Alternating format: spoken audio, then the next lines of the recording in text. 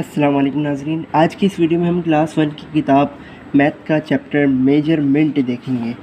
Measurement का जो chapter है वो मेरे ख्याल से फ़जूल का चैप्टर है। वो क्यों, उसकी वजह मैं आपको आगे बताऊंगा। पहले हम चैप्टर की रीडिंग करते हैं और इसको थोड़ा सा समझते हैं, फिर उसके बाद आपको खुद ही पता चल जाएगा कि ये एक तरीके से फ़जूल का चैप्टर है। लिखा हुआ we can measure by our hands span. तो मिसाल के तौर पे ये एक किताब है। मेजरमेंट का हो सकता है आपको कुछ पता हो। मेजर कहते हैं नापना, ठीक है।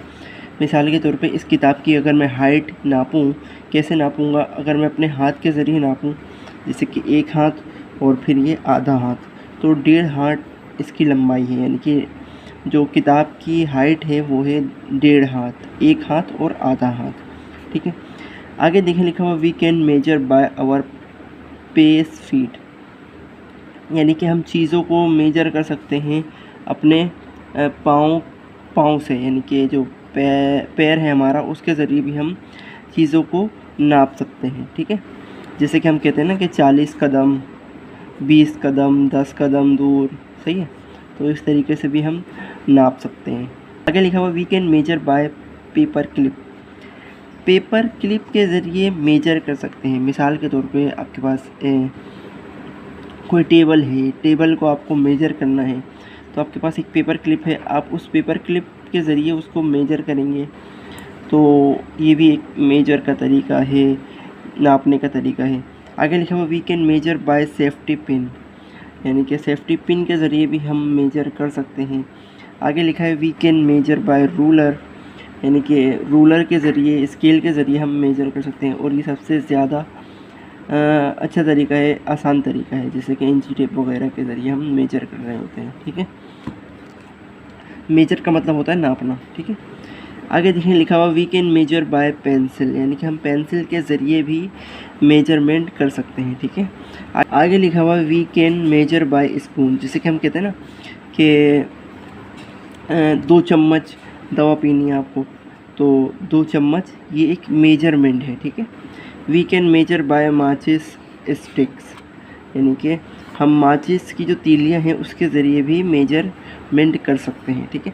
आगे देखें, लिखा हुआ है exercise the breathe of the table is dash ruler long. Ruler आ गया, रूलर का मतलब स्केल, हमने ऊपर देखा है, ठीक है। अगर आप यानी कि ब्रीथ, लंबाई या फिर चौड़ाई नाप रहे हैं किसी टेबल की, तो वो अगर मिसाल के तौर पे 10 रूलर आ रही है, 10 स्केल आ रही है, एक स्केल तकरीबन 12 इंच का होता है, तो अगर 10 रूलर आ रही है तो आप यहाँ पर लिखेंगे कि the breathe of the table is 10 ruler long. यानी कि जो लंबाई है टेबल की वो है 10 स्केल लंबी है, ठीक है।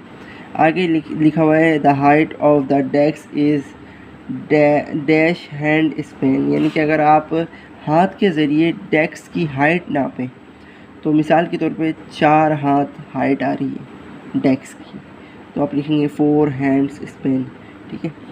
आगे लिखा हुआ the wide of the pencil box is dash paper clips.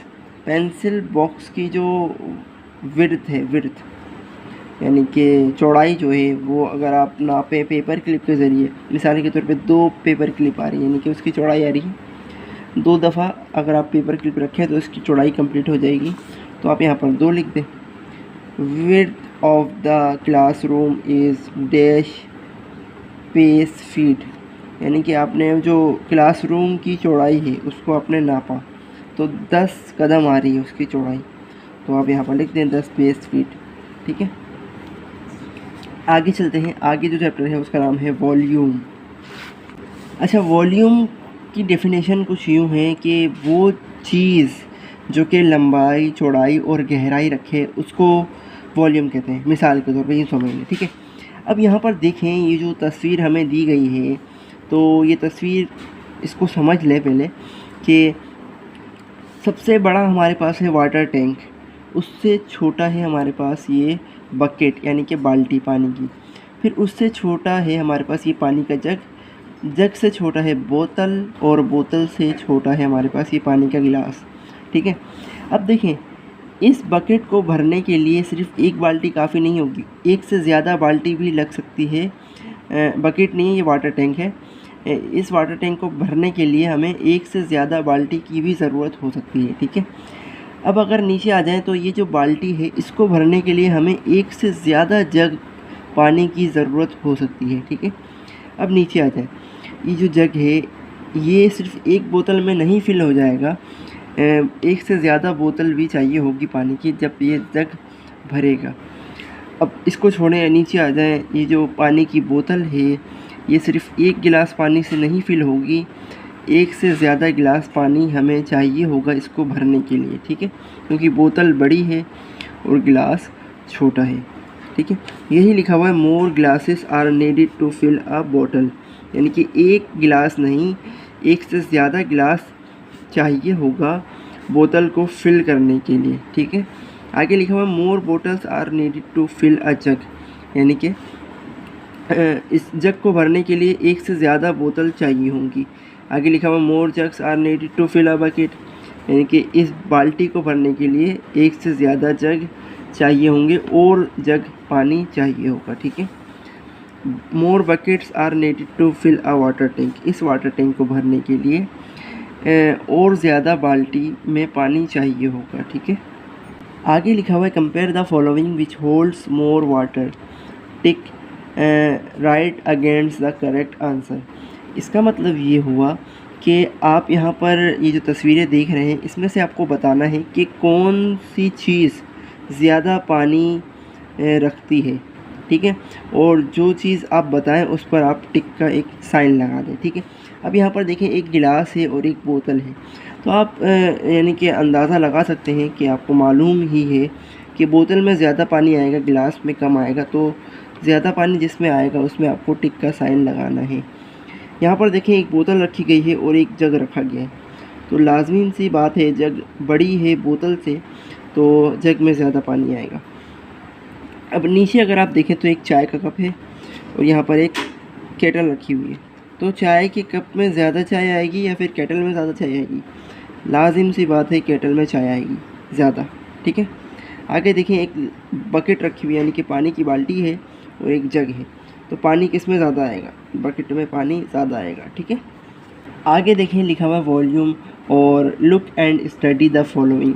यहाँ पर देखें ये फुल भरा हुआ है पानी से, ये फुल भरा हुआ है, तो यहाँ पर लिखा हुआ है फुल।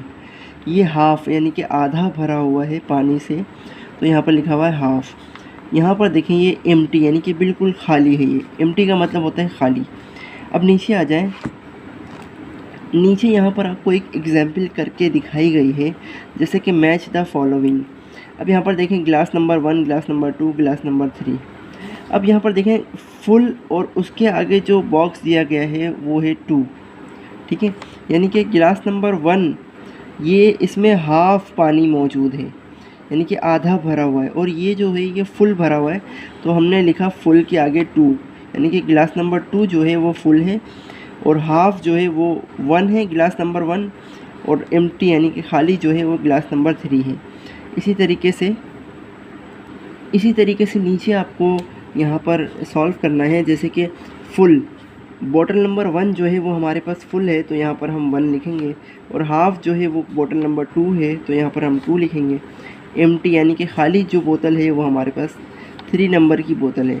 नीचे देखें फुल जो जग है हमारे पास वो पहले नंबर का जो जग है वो फुल है, हाफ़ जो है वो 3 नंबर का जग जो है वो हाफ़ है, एम्प्टी खाली जो है वो 2 नंबर का जग खाली है हमारे पास यहाँ पर, तो हमने यहाँ पर 2 लिख दिया, ठीक है।